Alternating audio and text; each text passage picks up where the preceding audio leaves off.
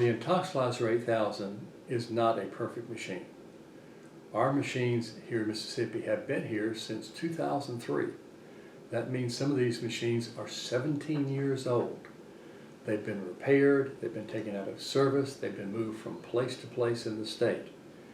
And we're the only people outside law enforcement that own the Intoxilyzer 8000.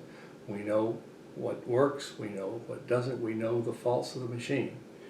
You should contact a good, solid Mississippi DUI attorney who has information about the machine and your case so as to decide whether or not that's one avenue that we could fight your DUI for you. We also take this machine around the country to teach in other states, and these states are the ones that also use the Intoxilyzer 8000. Again, it's not a perfect machine. There are some defenses to the Intoxilyzer 8000, and we can help you with that.